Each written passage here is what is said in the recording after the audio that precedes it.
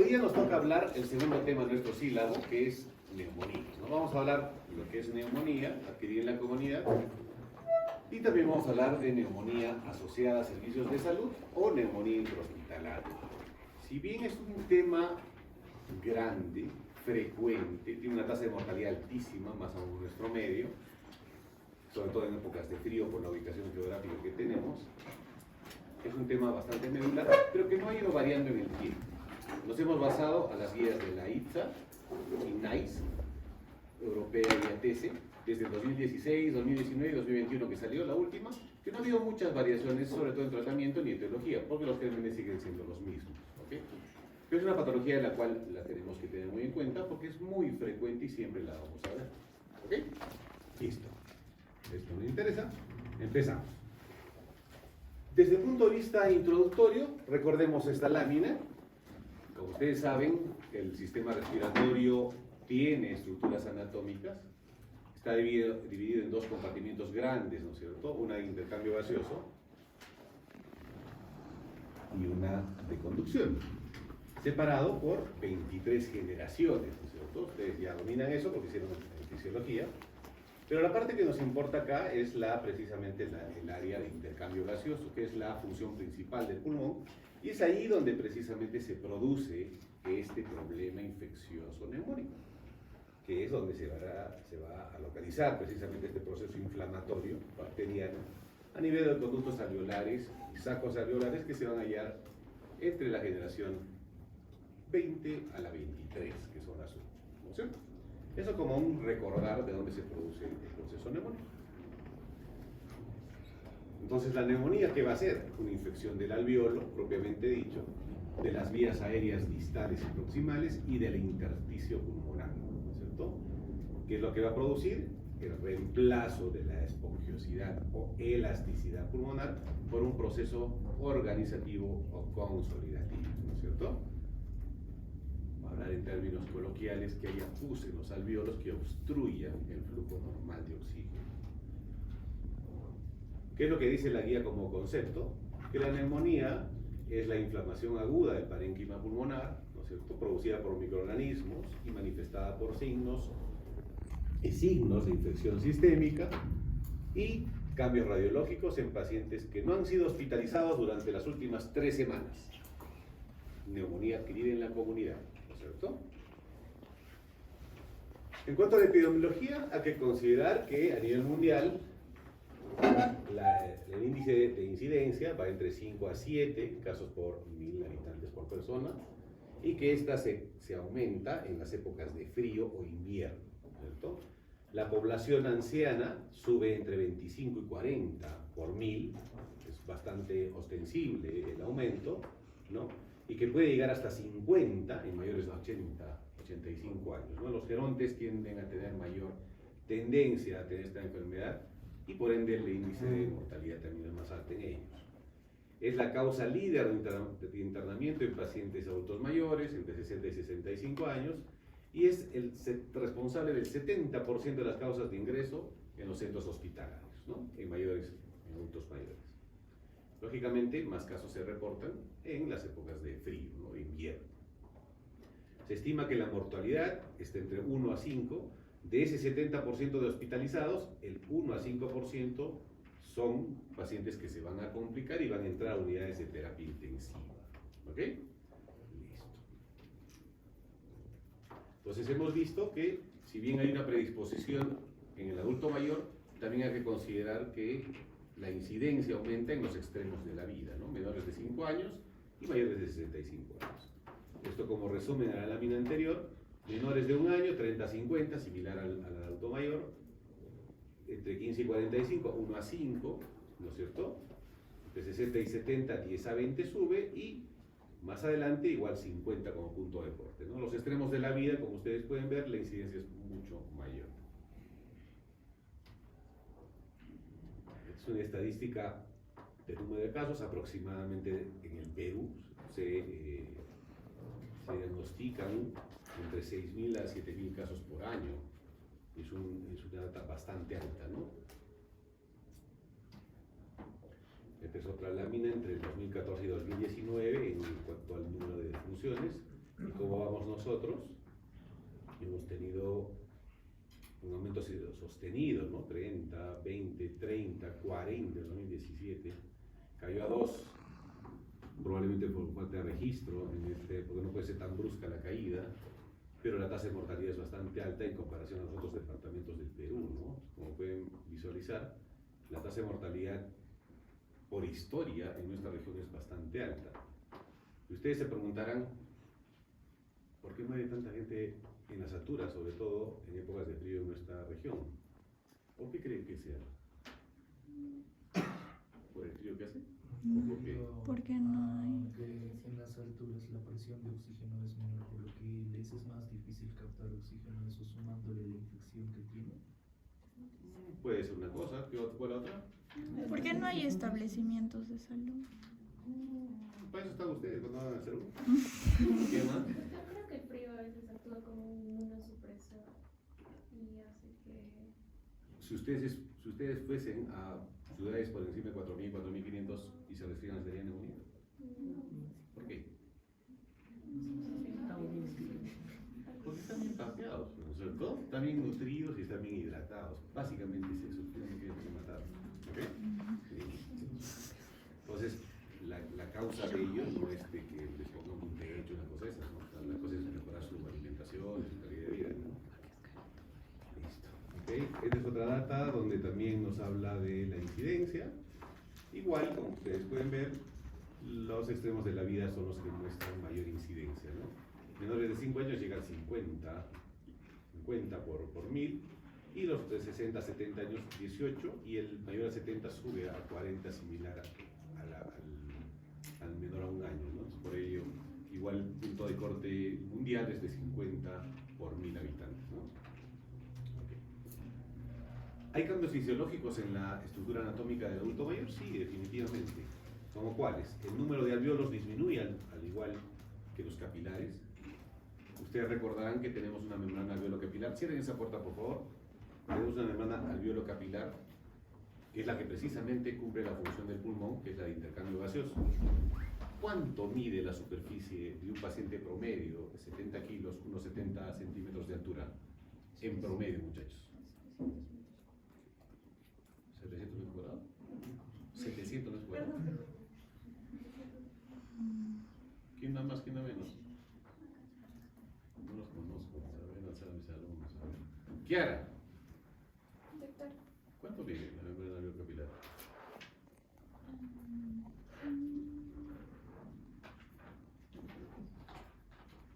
Alanoca. Ahora estoy conociendo. A ver, dale. ¿Cuánto mide? ¿Habían?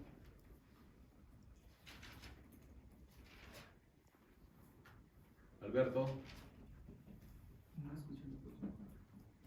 ¿Cuánto mide la membrana alveolo-capilar en un paciente promedio? 70 kilos, unos 70 centímetros de altura. Que lo dicen todos los libros de fisiología, ¿no? Y hacen comparaciones también, ¿no? ¿Recuerdan, muchachos? ¿Yo no? era una cancha de fútbol. Casi, ¿no? Una cancha de tenis, dice, ¿no? La literatura, 70 a 100 metros cuadrados tienen toditos, tenemos toditos, ¿no? Entonces es grandísimo esta membrana, pero en el adulto mayor disminuye definitivamente. Disminuye la elasticidad debido a la pérdida de elastina, una sustancia que hace que sea más flexible. La función pulmonar máxima también disminuye, tanto el Pimax como Pmax disminuye. La cantidad de oxígeno que se transfiere también disminuye. Fisiológicamente perdemos volumen, ¿no es cierto? Ustedes recordarán que el varón pierde a partir de los 25 años y la mujer a partir de los 30 a un volumen de 25 ml por año. O sea, por más que no tengamos ninguna enfermedad, a partir de ese rango etario, perdemos volumen todos los años, ¿no es cierto? La respiración normal sigue siendo la misma, los ciclos son los mismos. La inspiración y expiración máxima disminuye, Pmax y Pimax. Hay mayor tendencia, lógicamente, en el adulto mayor al colapso, como en pérdida de elastina y pérdida de elasticidad. No tiene esa respuesta que nosotros tenemos, ¿no? De poder toser, por ejemplo, o expulsar secreciones. Hay menor respuesta a la disminución de los niveles de oxígeno y aumento de los niveles de CO2, lógicamente por los trastornos atmosféricos que mencionó nuestro compañero anteriormente, ¿no? Hay cambio de tono, volumen y calidad de la voz al producirse cambios en el cartílago musculatura propias del envejecimiento normal, natural. El reflejo de la tos disminuye, hay lenta movilidad de los cilios, hay atrofia ciliar, ¿no es cierto? Hay menor secreción de inmunoglobulinada, hay incremento del diámetro torácico anteroposterior, ¿no? Hay más tendencia a la lordosis, ¿no? Que la sifosis, ustedes ya saben ello. El diafragma se debilita, es el órgano motor más importante que tenemos, se debilita con la edad, al igual que los músculos intercostales, que hacen que la respuesta frente a una noxa sea más lenta, ¿no? O no tan positiva, por así decirlo. Y esos son los cambios fisiológicos y estructurales que tiene el adulto mayor para que tenga mayor tendencia a la neumonía. Ok, son las guías que hemos visto NICE, hemos visto ATESE, vamos a avanzar. Otra lámina de estadística con la mayor tendencia en el adulto mayor, ¿no es cierto? Ahorita vamos a ir a lo que más nos interesa, la etiología, ¿no? Cuanto a la etiología, como ustedes recordarán, hay varios componentes que nos pueden condicionar la incidencia. Cuando hacemos el diagnóstico de neumonía, más del 50-65% de los pacientes, el tratamiento debe ser empírico. ¿Por qué? Porque no sabemos la etiología. Entonces, la estadística nos orienta, y hay algunos patrones epidemiológicos también, a considerar cuál agente bacteriano o patógeno es el causante. Dentro de las bacterias gram positivas siempre va a estar el neumococo o Streptococcus pneumoniae, ¿no es cierto? Segundo, Staphylococcus aureus, y tercero, Enterococcus fecalis, gram positivos. Dentro de los gram negativos, a la cabeza, Haemophilus influenza, enterobacterias y Klebsiella. Dentro de los que son otras enterobacterias, podemos considerar Pseudomonas, pero ya no entraría dentro de la etiología de neumonía adquirida en la comunidad o Intrahospitalaria. intrahospitalaria. Dentro de los atípicos, a la cabeza va Mycoplasma y Legionella pneumófila dentro de las primeras causas. Es importante que sepan esto, muchachos, por si acaso. Dentro de los virus, el primero, influenza A, y el virus sincitial respiratorio, sobre todo que ataca a menores de 5 años, ¿no? El sincitial respiratorio. E influenza, que es el que ataca normalmente cuando hablamos de neumonías virales. Y que es lo que hemos tenido los últimos 3 meses, ¿no? Recordarán, hemos tenido una ola de influenza también en nuestro medio, ¿no? Y tercero, adenovirus. Entonces, todas las guías coinciden en el agente etiológico y los diferentes porcentajes. Streptococo, como gram positivos, Haemophilus influenza, Klebsiella, Mycoplasma entre los atípicos e influenza A en los virus. Listo. En el adulto mayor pasa algo similar.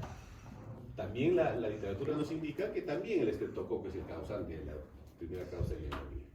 Seguido del Mycoplasma. ¿Qué era la Mycoplasma? ¿El agente etiológico de cuál era? Atípico. Los atípicos, ¿no es cierto? Legionela e influenza dentro de las 4 principales en el adulto mayor.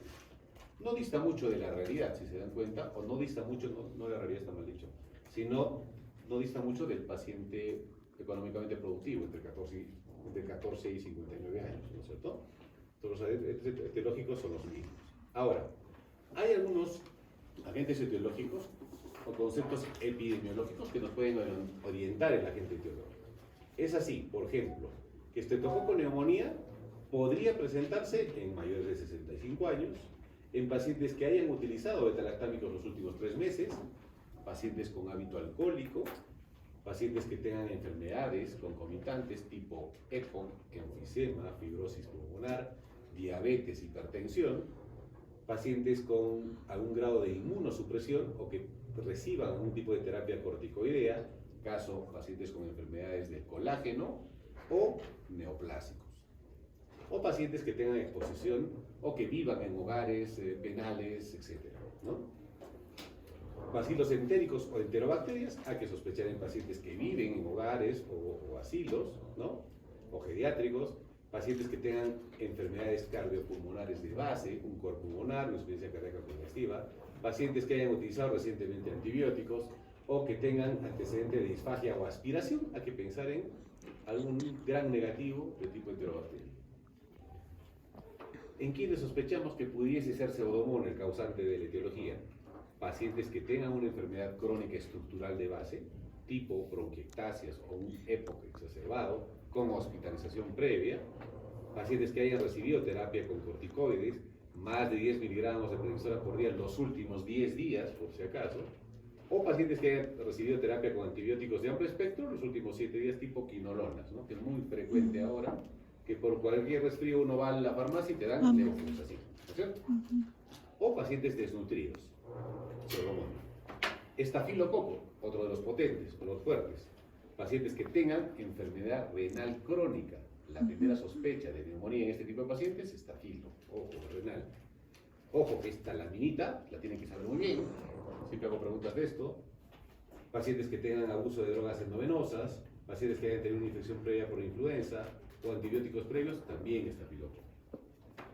Legionela o la del legionario, ¿no es cierto? Se llamaba la legionela, pues se le pusieron ese nombre. En pacientes con hábito tabáquico, ojo, eso es un dato muy importante. Pacientes jóvenes sin enfermedades concomitantes, que pueden ser ustedes, por ejemplo, ¿no es cierto? Pacientes que presenten síntomas gastrointestinales y neurológicos por aspiración, legionela también podría ser, como también podría ser una enterobacteria, ¿no es cierto? Aspiración. Y lógicamente anaerobios si estamos con antecedentes de disfagia o aspiración. Cambiamos un poquito el contexto. Pacientes que tenemos a la radiología sospecha y tenemos una imagen sugestiva de un absceso pulmonar, ¿en quiénes pensar? ¿En qué agente? Estafilococcus aureus. Siempre que tenemos pus, estafilo a la cabeza, ¿no es cierto? Alcoholismo, estreptococo neumonía, anaerobios y Klebsiella en alcohólicos. Si hay antecedente de aspiración, anaerobios en cavidad oral y enterobacterias. Si tenemos pacientes con daño estructural pulmonar, pensar en pseudomonas. Siempre que hay una destrucción del pulmón y hay antecedente lógicamente hospitalario, pensar en la primera causa, pseudomona. Estafilococcus aureus como segundo agente. Epoquitabaquismo, la primera causa, ojo, epoquitabaquismo, Haemophilus influenza. Pseudomonas aeruginosa, legionela, estreptococo, etc. Pacientes que han estado en un crucero, en el Oriente, en Asia o por el estilo, pensar en legionela, ¿no? O en COVID ahora, lógicamente. Exposición a deposiciones de murciélago, que es muy frecuente también, por eso que cuando ustedes hacen una anamnesis, siempre preguntamos, al menos si viene de clima tropical, si ha habido exposición, si ha estado en cuevas, una cosa de esas, si ha habido contacto con murciélagos, pensar siempre en histoplasma, que es muy frecuente. Muy frecuente esto porque el ataque es muy similar a la milia, eso hay que tener mucho cuidado. ¿Ya? Exposición a pájaros, clamidia, ¿no? La primera, clamidia.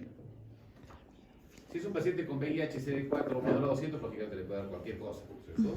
Sí. Pero si tiene un CD4 elevado, como un inmunocompetente, estreptococo neumonía, Haemophilus influenza o TB, ¿no? Si el VIH, la TB siempre tiene que estar latente dentro de sus diagnósticos de descarga. Si tiene una infección por VIH menor a 200, lógicamente que podemos pensar en neumocistis Ovesi, criptococo, histoplasma, etc. Le puede dar cualquier cosa. Si está con CD4 menor a 200, le puede dar de todo. La primera, TB. ¿Ya? Si hay obstrucción endobronquial, anaerobios, estreptococos, hemófilos, etc. Creo que hay dos compañeros que están. Pónganle la puerta nomás por hoy día.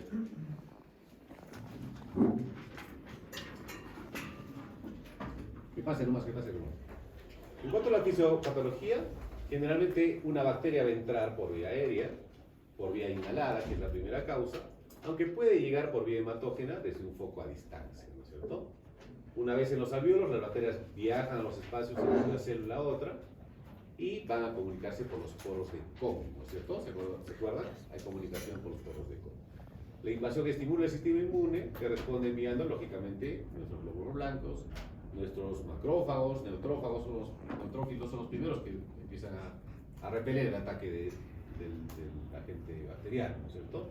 Los neutrófilos rodean con su membrana citoplásmica las bacterias invasoras y que a su vez, al haber contacto, a tratar de contener el avance de estas bacterias, va a liberar nuestra cascada inflamatoria y libera nuestras citoquinas para definitivamente contener la infección. Y ahí es donde se produce todos nuestros síntomas, ¿no?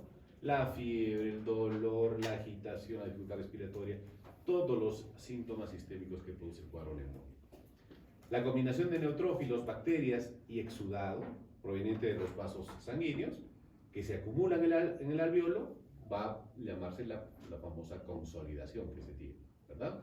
O la imagen organizativa que vemos en la radiografía de tórax, que lógicamente va a ocasionar la obstrucción y la deficiencia en la función principal del pulmón, que es el intercambio gaseoso, y ahí es donde se produce la disnea, ¿no?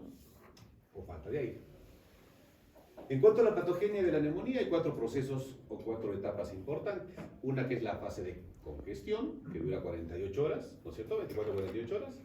Una que es la hepatización roja, donde ya empieza a haber intercambio de nuestras células inflamatorias con el agente. Una hepatización gris, donde ya empieza a haber fibrina y proceso de consolidación. Y la fase propiamente dicha de consolidación u organización, donde ya se produce el colapso alveolar, ¿no es cierto? Más gráficamente lo vemos de esta manera. En la primera fase, un pulmón normal, el proceso de congestión va a durar 24 a 48 horas, ¿no es cierto? Donde ya empezamos a tener las molestias. Ojo que la neumonía no va a producirse de un día a otro, tiene que haber un contrato por lo menos de una semana de evolución, ¿no es cierto? En el día 3 o 4, la fase de hepatización roja, donde ya intervienen las células de defensa pulmonar, ¿no es cierto?, de nuestro sistema defensivo y nuestra cascada inflamatoria, de las citoquinas, interleuquinas, etc. Entre el día 5 a 7 se produce la hepatización gris. Ojo con esta lámina, que día se produce cada proceso en la patogenia de la neumonía, y a partir del día 8 decía el proceso de consolidación, donde ya empieza a resolverse, entre comillas, hasta el día 10, ¿no? Y que puede llegar hasta el mes de resolución. Por eso que cuando nosotros pedimos o vemos un paciente que llega por neumonía y le piden una placa de rayos X a los 3 días, a los 5 días, no hay cambio, pues, porque no va a haber un cambio ostensible. Pero sí lo vamos a ver a partir de la segunda semana, aproximadamente, ¿no? Listo. Hasta acá todo bien, muchachos, ¿no? Sí. Está facilito, ¿no? Como poquito. Ya, listo. ¿Qué factores de riesgo tenemos? Lógicamente que el alcoholismo es un factor bastante alto. Ustedes recordarán que una persona epidemiológicamente que bebe 12 veces al año hasta embriagarse, ya lo catalogamos como alcohólico crónico. 12. Ustedes toman cada semana, pero no. Entonces ya vayan sacando su cuenta. Diabéticos, neoplásicos, córticodependientes, renales, pacientes con hábito tabáquico, lógicamente. Ojo, acá entran también los vapeadores. Según la última guía, ya la ha catalogado ATS al vapeo, también como factor de riesgo. Y los que tienen patología dental, que es un factor de riesgo importante para la neumonía, por los gérmenes que invaden. Pacientes que tienen enfermedades pulmonares crónicas previas, tipo EPOC, asma, enfisema y fibrosis pulmonar, pacientes con desnutrición, pacientes lógicamente gerontes, pacientes que tengan trastornos en tubo digestivo, disfagia, pacientes con trastornos neurológicos por el aumento de la cialorrea, pacientes que tengan deterioro cognitivo, deterioro funcional o incontinencia urinaria, también por vía hematógena va a producirse una neumonía, ¿no? Los datos estadísticos son los mismos que mencionamos al principio, ¿no? 1 a 5 del 70% que ingresa va a entrar a UCI. ¿Cómo llega la bacteria por vía sanguínea? Hay varias vías. La vía hematógena, la principal, por continuidad, por inhalación de microorganismos de vías respiratorios a la vía respiratoria aérea y por microaspiración de secreciones, ¿no es cierto? Es la forma como se produce el contacto. Lógicamente que va a depender de las características anatómicas del huésped, del sistema mucociliar. No es igual un paciente inmunocompetente como ustedes que un menor de 5 años o mayor de 65, de la calidad del moco, lógicamente, que se produzca, de la flora bacteriana invasora, ¿no?, de la propia inmunidad natural o adquirida que puedan tener, y lógicamente del clearance bacteriano que podamos tener, ¿no? Nuestro sistema defensivo es mucho más fuerte que los extremos que hemos mencionado al principio, ¿no? Y la cascada, y nuestras interleucinas, que son las responsables de nuestro sistema defensivo, ¿no? La 1, la 6, la 10, la 12, etc. Cuando se logra el colapso de la vía aérea o el acúmulo del exudado que bloquea la comunicación a nivel de los actos alveolares, se va a producir estos fenómenos, ¿no? Una neumonía lobar, lógicamente, de un lóbulo, una bronconeumonía que me va a agarrar varios segmentos, una neumonía intersticial cuando ya hay compromiso de los septos interlobuliliares y una neumonía miliar también que compromete todo mi tórax. ¿no? Son las diferentes formas de presentación desde el punto de vista fisiorradiológico. Acá tenemos en la primera imagen claramente visible un compromiso de un lóbulo, ¿no? El lóbulo inferior, Inferior. derecho, ¿no? ¿Por qué inferior? Porque podría ser el medio también. Sí, Porque pero hay está. signo de la silueta sí, positivo, ¿no? Al haber signo de la silueta positivo, o sea que borre la silueta cardíaca, está interesando los lóbulos inferiores, ¿no? Porque si lo vemos la placa, como hemos visto la anterior semana, si no hubiese ninguna estructura y el corazoncito, la silueta cardíaca estaría entera, casi Lóbulo todo el medio. campo es lóbulo superior y medio, ¿cierto? Ujú. Listo. Una bronconeumonía, donde hay mayor compromiso de segmentos pulmonares y que inclusive puede llegar a dos lóbulos, ¿no? Porque va a agarrar un tronco principal que está, no sé si pueden visualizar esa línea o esa densidad